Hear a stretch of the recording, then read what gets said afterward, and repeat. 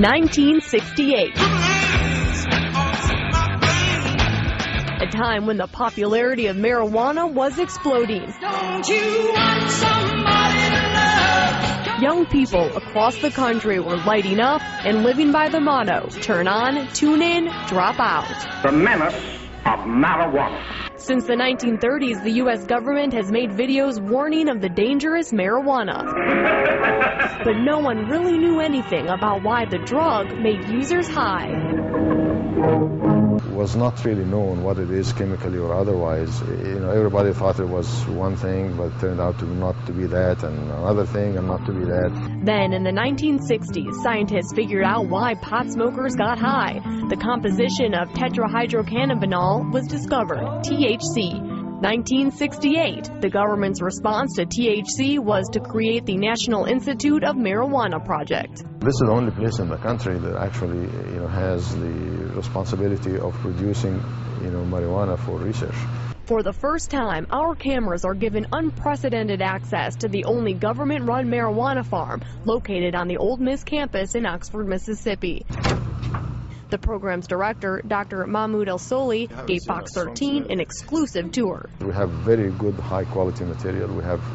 We can produce materials of any quality that is needed for the research programs. This is the Marijuana Project Grow Room. The scientists use the same methods an illicit drug dealer would use. Here, scientists grow only female plants in almost constant light. Male plants have lower THC and can cause allergies to users. There are dozens of varieties of marijuana plants here. When the pot is harvested, it is stored in a high-security vault. This is the final product that actually gets to be rolled into the cigarettes. Each of these bins contains about 30 pounds of marijuana. And there are dozens of these bins in the vault. So the street value of this is? It depends. Yeah. If people know it's coming from here, it'll be more expensive. The marijuana cigarettes are then sent out to research facilities across the country. Scientists research the effects of the cigarettes on AIDS, cancer, and glaucoma patients, and test for pain relief and appetite stimulation, just to name a few trials. But the Marijuana Project has made a few medical advances of its own, including a THC suppository. But people here in the U.S., they don't like suppositories, so it didn't really... It didn't make it, or hasn't made it so far. El-Soli says to get the effects of THC, users don't have to smoke it. He says for activists, it's often just a way to justify drug use. Smoking marijuana gives users a high, but he says that is not necessary to reap the medical benefits of THC. A very small amount of THC will actually produce the therapeutic activity. When people smoke, first of all, you're taking a lot more THC than you would need. Still, there is a lot of support for medical marijuana, including in Memphis. It's not something that we feel is advantageous to criminalize patients. State Senator Beverly Marrero out of East Memphis is sponsoring a bill to legalize medical marijuana in Tennessee. So many prohibitions really just don't work very effectively. So if we can actually make this legitimate, tax it, regulate it. Marrero says taxation could help the ailing state economy. Currently, 13 states have legalized marijuana, such as California, which has medical marijuana clubs where patients can pick up their pot prescriptions. But Marrero says the concept isn't likely to see much support here right now. And legalization for recreational use is not her intent. I think that may be pretty far down the road.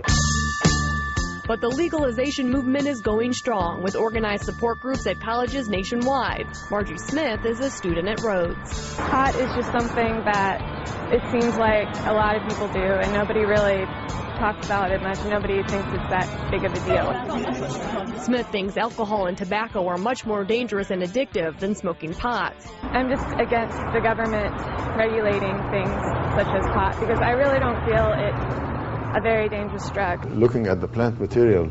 But El-Soli says the research is clear. Marijuana is an addictive drug. He says legalization would essentially put the Marijuana Project out of business. If that happens and marijuana becomes legal, then anybody can produce it.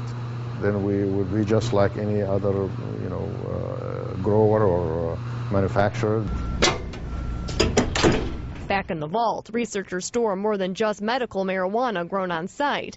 These are evidence boxes full of pot samples confiscated from drug raids across the country. Very high quality, very high potency, very expensive kind of product. Experiments are done on the samples. The buds are sifted and sorted. The THC is extracted and tested. The Marijuana Project has been tracking where pot is grown and the potency of it for years for the Drug Enforcement Agency. And the THC potency has been climbing rapidly. On the street, you find some plant material of marijuana that's 14, 15, 16, 20, 25%. But the research done at the Marijuana Project has found a potency of 8% THC is strong enough to achieve therapeutic results for patients. A long road traveled for this leafy green plant, once thought of as a deadly narcotic researched out of fear, to now legal in some areas, on the verge of acceptance in others, and on the forefront of medical technology.